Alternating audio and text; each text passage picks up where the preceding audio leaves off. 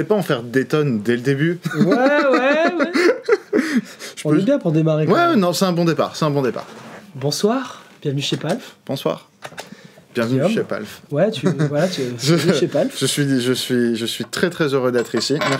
Merci pour l'invitation. Et aujourd'hui, Guillaume, il va nous parler quand même de quelque chose qu'il maîtrise à fond. Parce que bon, le reste, on sait pas trop, mais le slide. Quelque chose qu'il maîtrise un peu, mais dont il aime beaucoup parler. Ah, yes. Je pense qu'on va faire ça.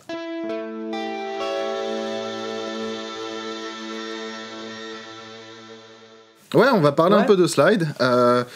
C'est peut-être un peu les bases du slide, ce que je recommande pour la guitare, pour le board, pour l'ampli, en règle générale. Ok. Parce qu'on a une autre vidéo qui arrivera incessamment sous peu. Oui, puis normalement, si on a fait les choses bien, pareil, je mets des si, je sais pas ce qu'on fait nous derrière. Il y a eu une première vidéo où on s'est pignolé pendant 1 heure sur le matos de rêve de Guillaume. Oui, on a fait ça. Voilà, on a fait ça. Donc regardez cette vidéo tout de suite, si c'est pas déjà fait. C'est vrai, mais c'est une bonne continuation parce que là on s'approche progressivement du board que je décris dans la première vidéo. Petit à petit on y arrive. Le board que tu décris, c'est plus ou moins le suivant de la suite. C'est exactement ça. Donc abonne-toi à Palf. Oui, toi. Si tu l'as pas fait encore, je te vois. Ouais. Abonne-toi maintenant. Le truc, c'est que c'est toujours cette partie-là de la vidéo qui va être divisée. C'est le moment où je vais commencer à citer mes sources. Parce qu'il y a toujours eu 2 écoles un petit peu de slide, bien que tout le monde se soit plus ou moins inspiré les uns des autres, qu'on parle des fans de Ry Cooder, de Sonny Landreth, ou plus récemment de Derek Trucks, Joey Landreth, Ariel Posen.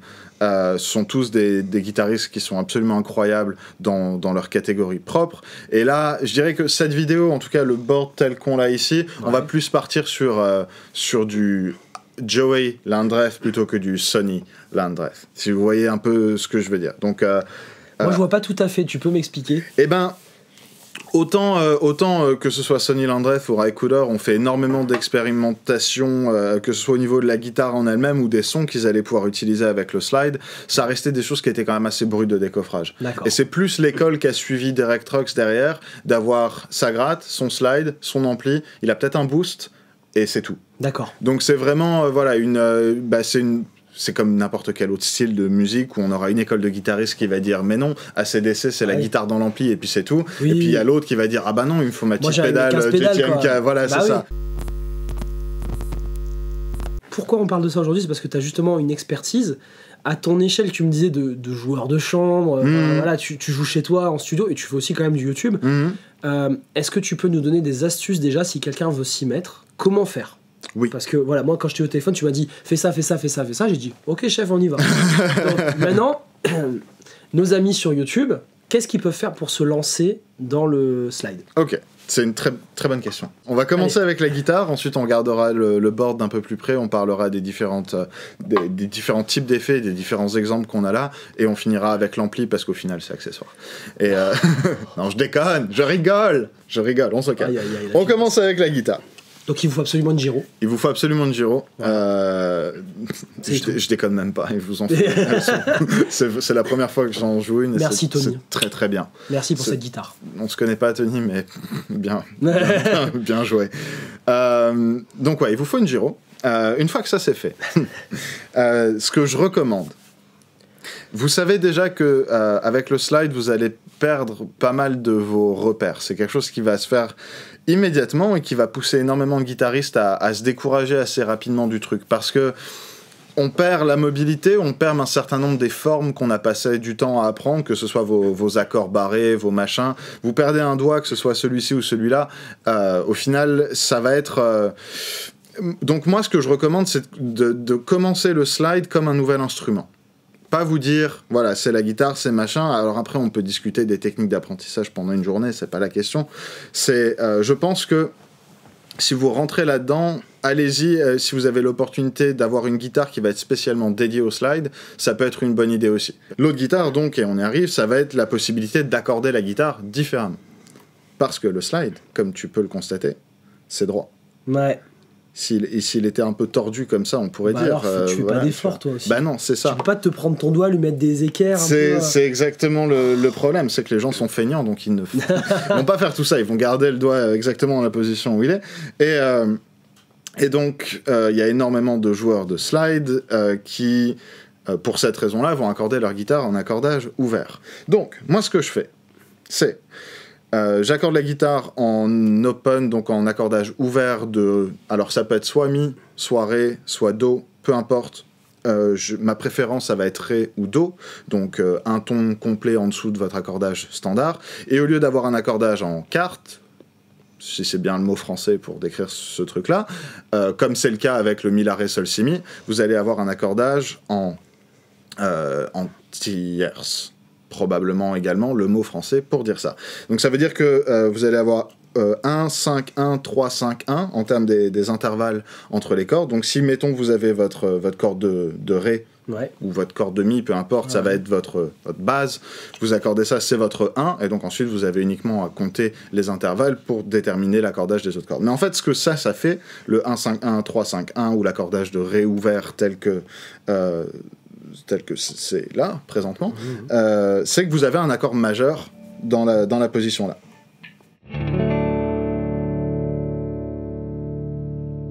Donc là, tu as ton ré majeur direct. Là, j'ai mon ré majeur. Donc, en comparaison à si j'avais été en accordage standard, j'aurais dû faire la forme de mon accord majeur, mon 1 majeur, donc que ce soit mi ou ré, ou en fonction de votre accordage, qui est là.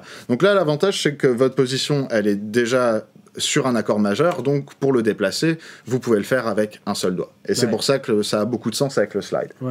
Parce que ça va vous permettre de prendre un accord...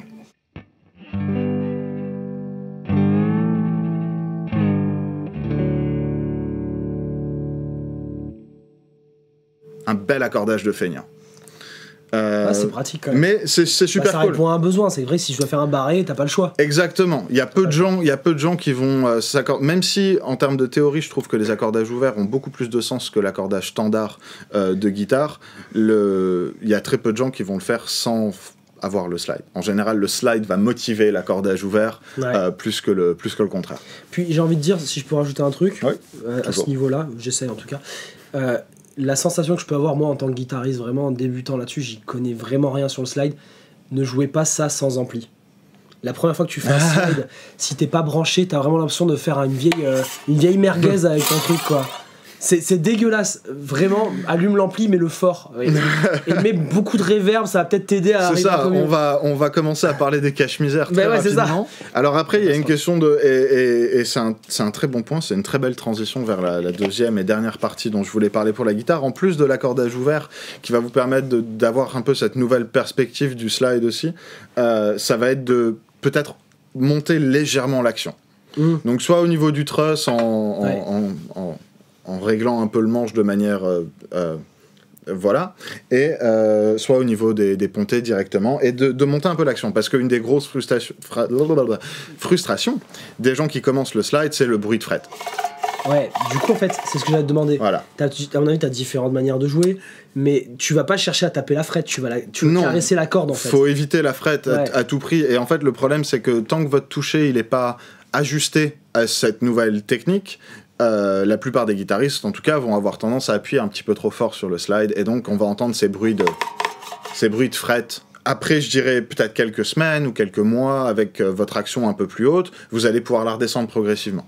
Parce que le but du jeu, c'est d'être capable de jouer avec le slide, mais également de jouer le reste. Bah oui. Donc tu vas être capable de fretter des accords, de faire des solos, de faire tes bends comme tu veux, et ça sur une guitare qui est inconfortable à jouer, c'est pas agréable. Donc voilà, peut-être en tout cas temporairement, le temps de vous habituer au slide, d'augmenter un petit peu la hauteur de l'action des cordes.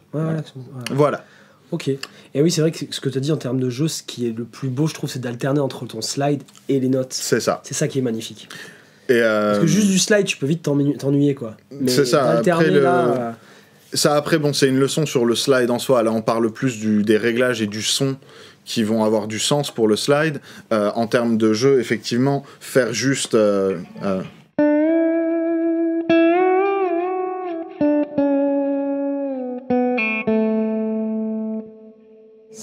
C'est cool, c'est super cool, et je pense que c'est le genre de ligne sur lesquelles vous pouvez vous entraîner au départ, faire des choses comme Amazing Grace par exemple sur une seule corde, ou ce genre de morceau avec une mélodie relativement simple, c'est cool, mais le but du jeu c'est d'arriver à à mélanger le slide avec le reste, le pas slide.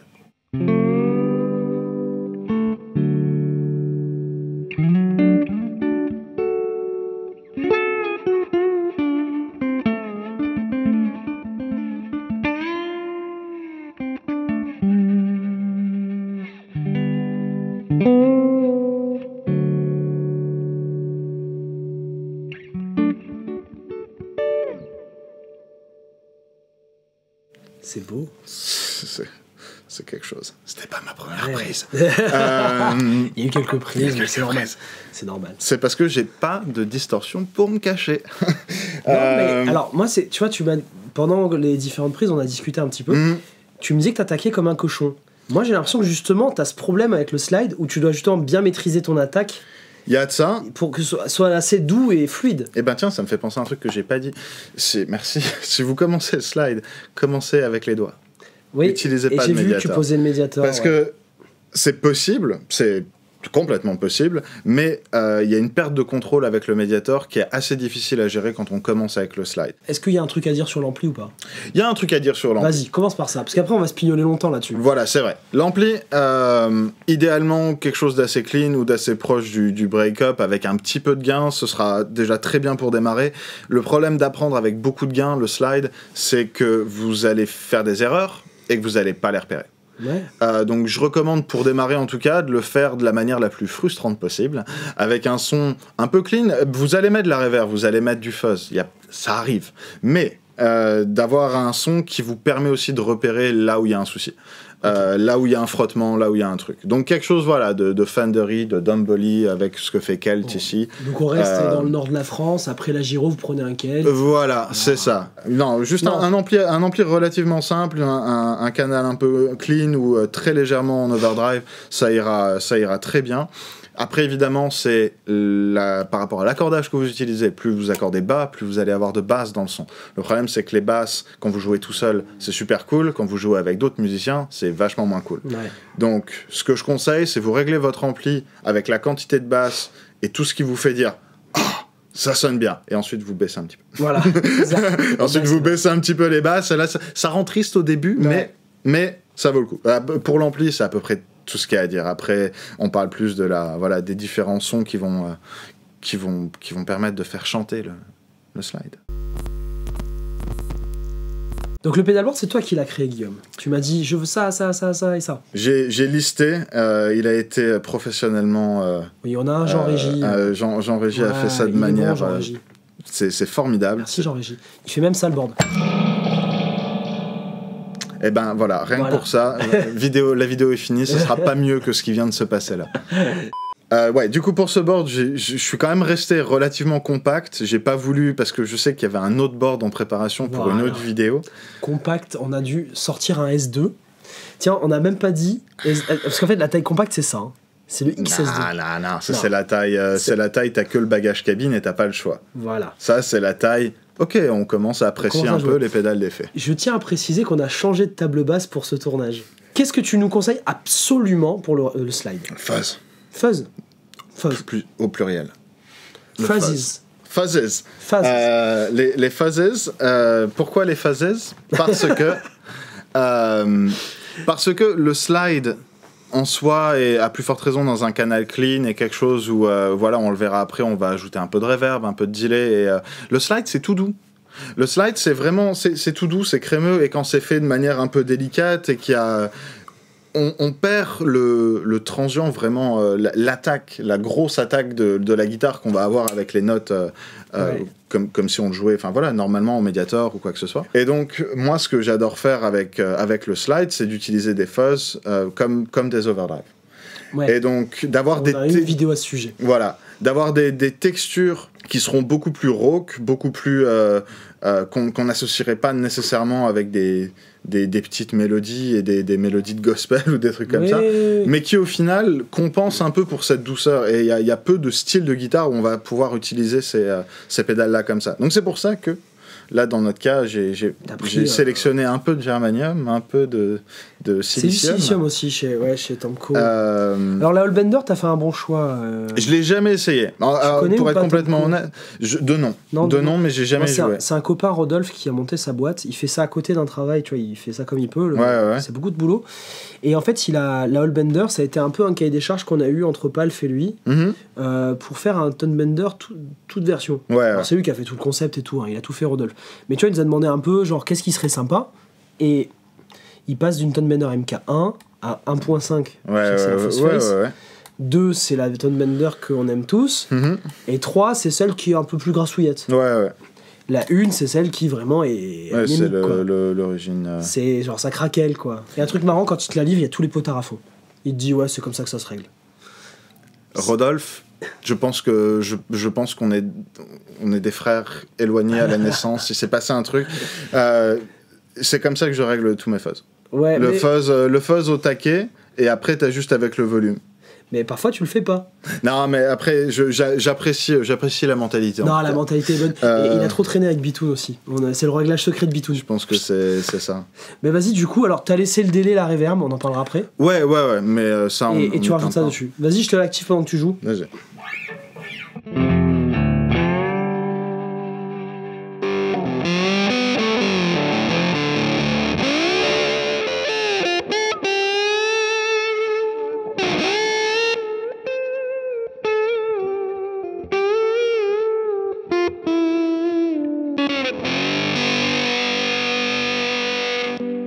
La 2 était bien en fait. Je vais la jouer avec le volume aussi, je pense.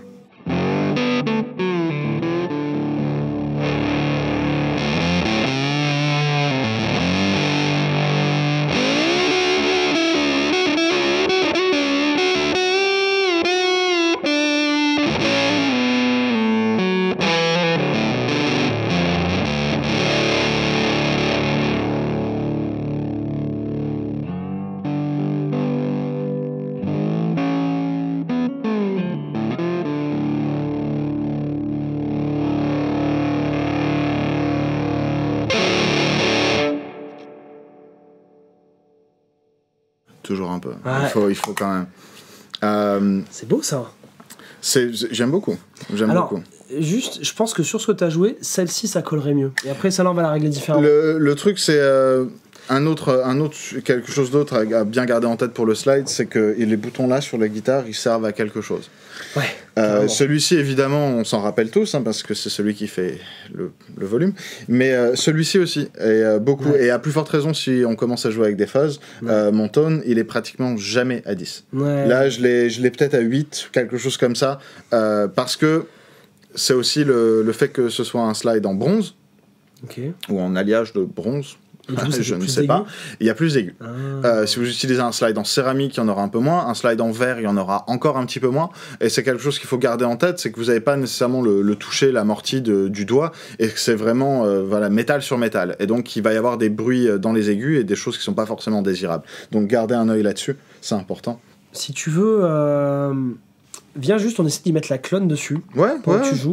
Moi je pense que ça peut bien aider aussi. Je vais commencer petit et puis je ferai...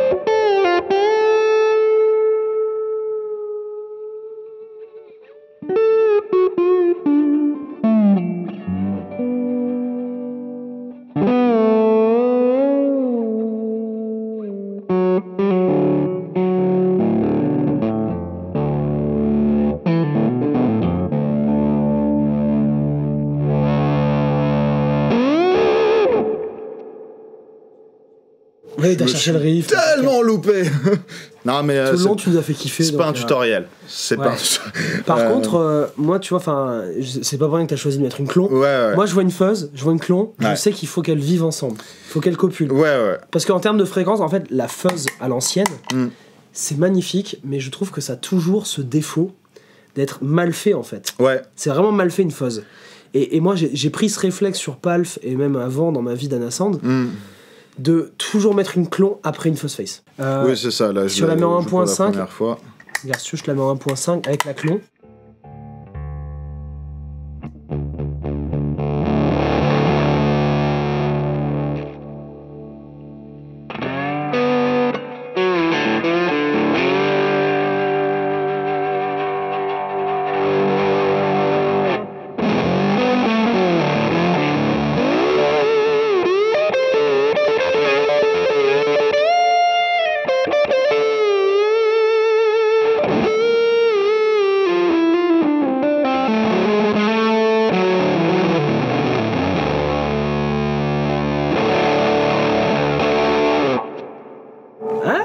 Tu m'as fait plaisir là, j'ai ressenti quelque chose quand même. Ouais, il y a du... Ouais. On est d'accord. Il y a du gravitas. Ouais, là, c'est... Ok, non, voilà. bien. Tu vois, moi celle-là, quand il l'a sorti il y a pile poil 1 an là. Okay. On est encore fin janvier là pour ce tournage. C'était il y a 1 an, il a fait une exclue sur Palf et c'est un bon gars et j'adore ses produits. C'est très très beau. Première fois que j'utilise n'importe laquelle de ces pédales et c'est splendide. Tiens, vas-y, je te fais plaisir. Teste le mode Mark I. C'est juste pour toi, comme ça, pour le plaisir. Okay. Voilà.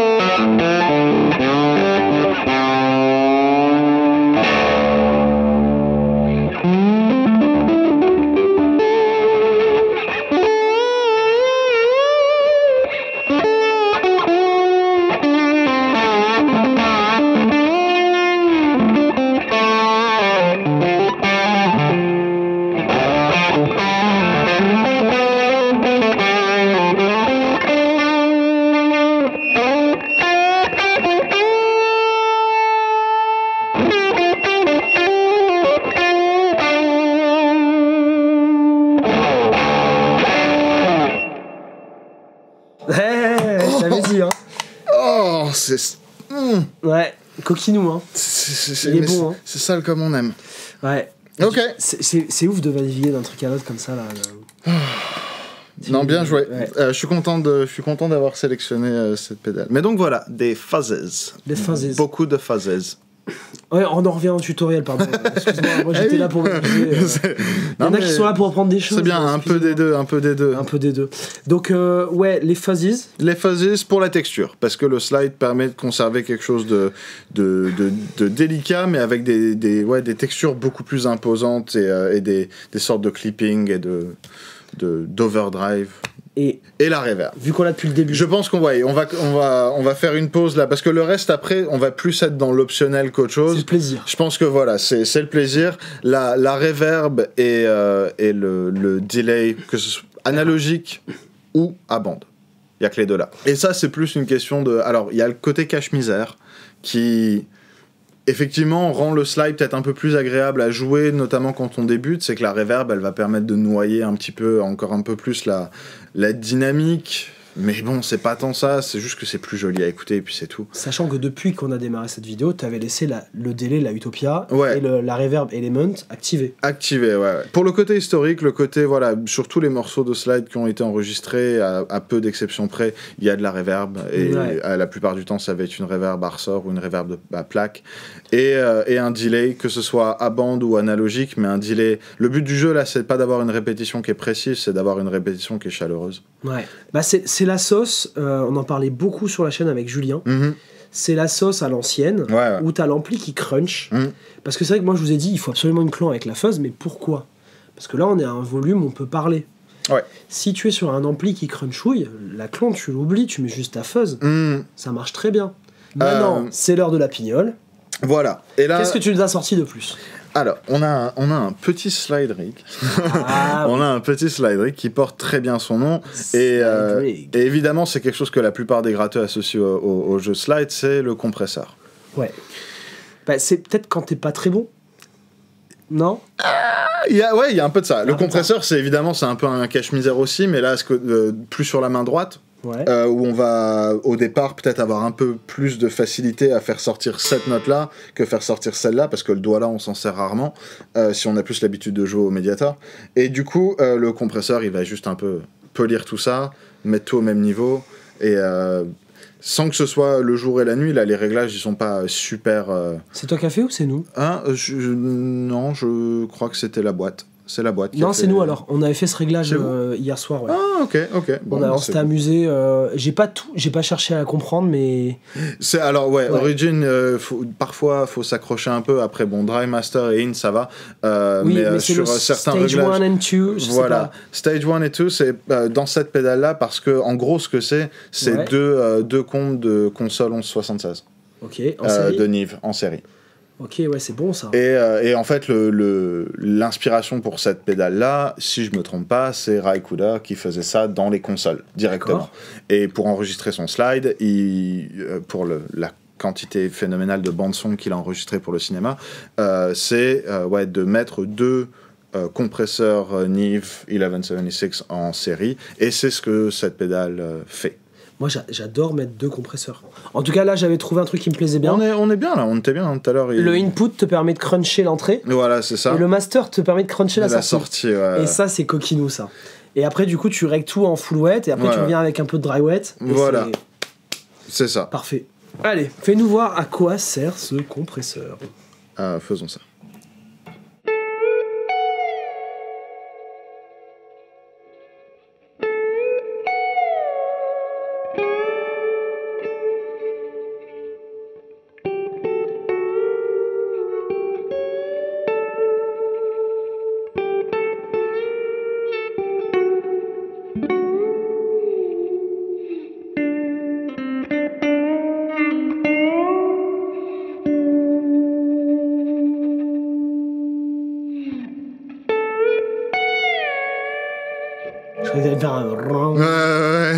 J'ai mis le mix un peu plus fort. T'as mis le mix trop tard, ouais, c'est pas mal.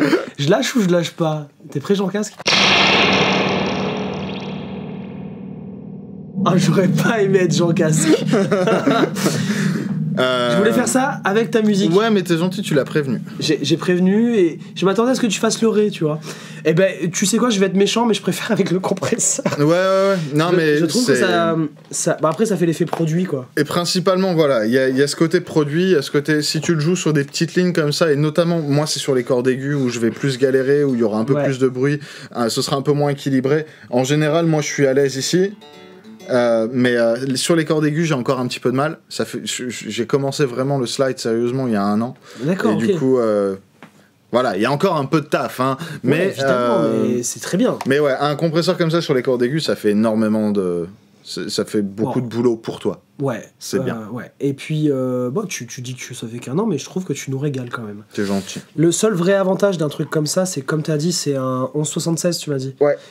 C'est qu'en fait, tu vas avoir un compresseur qui va être basé sur une architecture qui va avoir de la couleur. Ouais. Et donc, le fait d'utiliser ce compresseur et de pousser les ratios, tu vas avoir une couleur qui est unique. Ouais. Donc, ça peut justifier l'achat. Après, je sais pas de combien on parle, je crois que c'est dans les 300, 400 ish. Hein. Ouais, non, ils sont pas donnés. C'est un peu chéros, hein. Mais c'est vrai qu'en termes de compresseur, je pense pas avoir testé quelque chose de mieux. Mais tu peux rouler dessus avec ton tracteur et il se passera rien. Ouais, c'est ultra lourd. C'est costaud. C'est incroyable. je me suis lâché, c'était... À l'époque, on faisait encore les Revival Drive d'origine. Je m'en étais lâché un sur le pied. Ça t'a fait mal ? Oh, bah ils avaient dû biper. Ils avaient dû biper l'audio à la vidéo là. Donc le compresseur c'est cool, mais c'est pas forcément nécessaire. C'est un petit plaisir. Voilà, c'est ça. Et je pense que à moins d'être dans des trucs spécifiques où il y a vraiment une couleur, il y a quelque chose qui est ajouté, on peut faire ça en tout cas pour démarrer.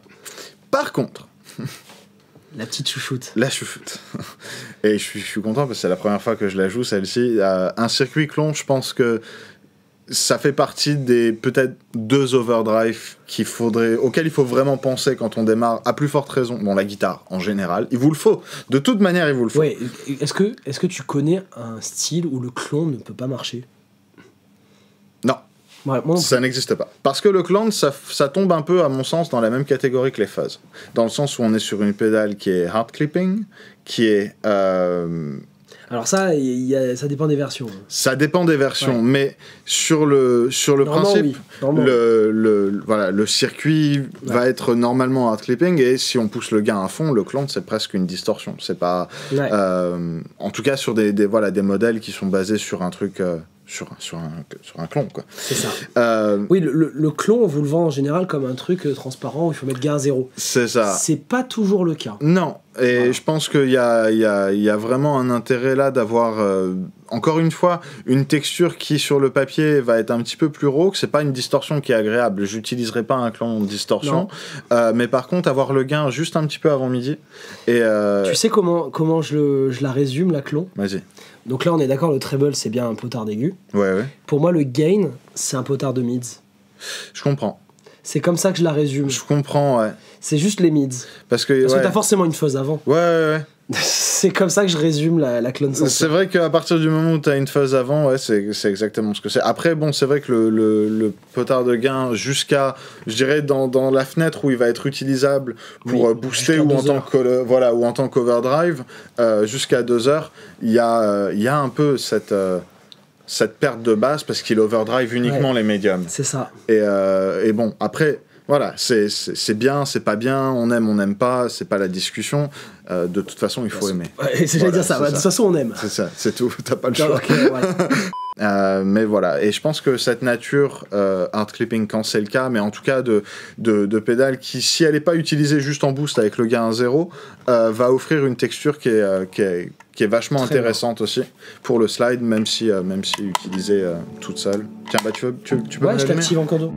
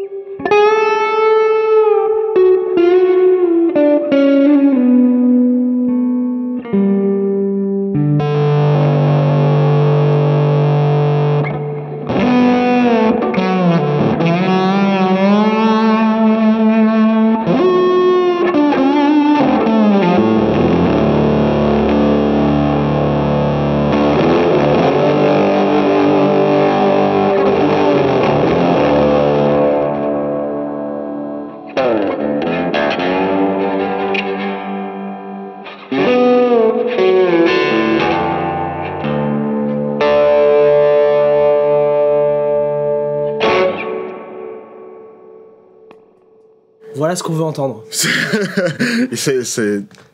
Ça rend tout mieux. C'est tout.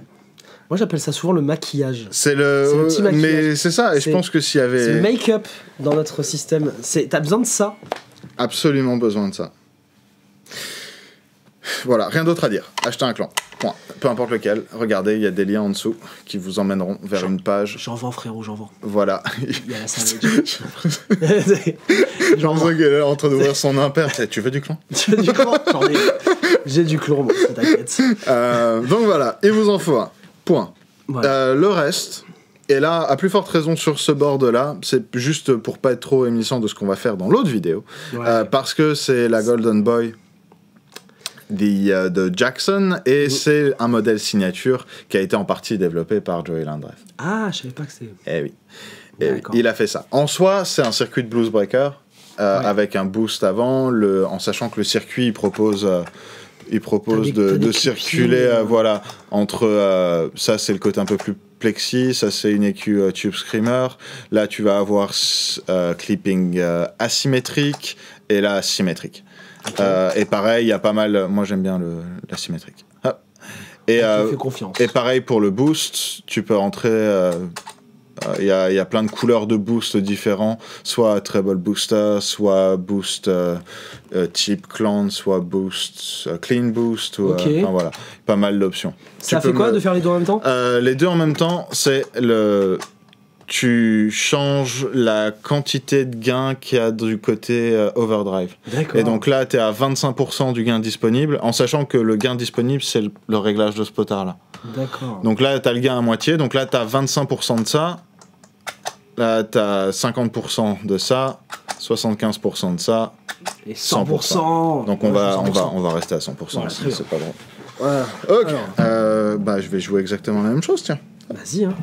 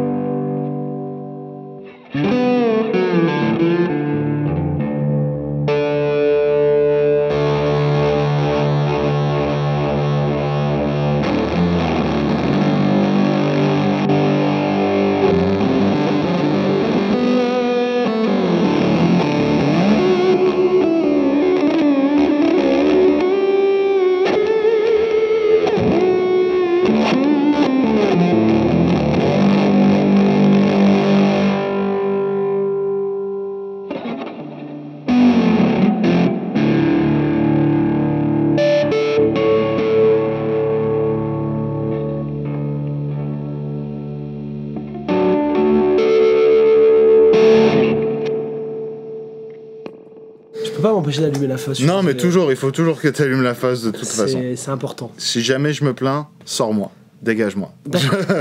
On va instaurer une règle sur Palf. Voilà. Bon, elle ne s'applique pas à Swan parce que lui, les fuzz, je pense qu'il a rien contre, mais il a jamais rien eu pour.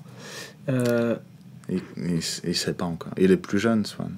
Ouais, il a 3-4 ans de moins que toi. Ouais, c'est pour ça. Ça va arriver. Ça va arriver. T'en fais pas, Swan. Ouais, quand tu auras la moustache.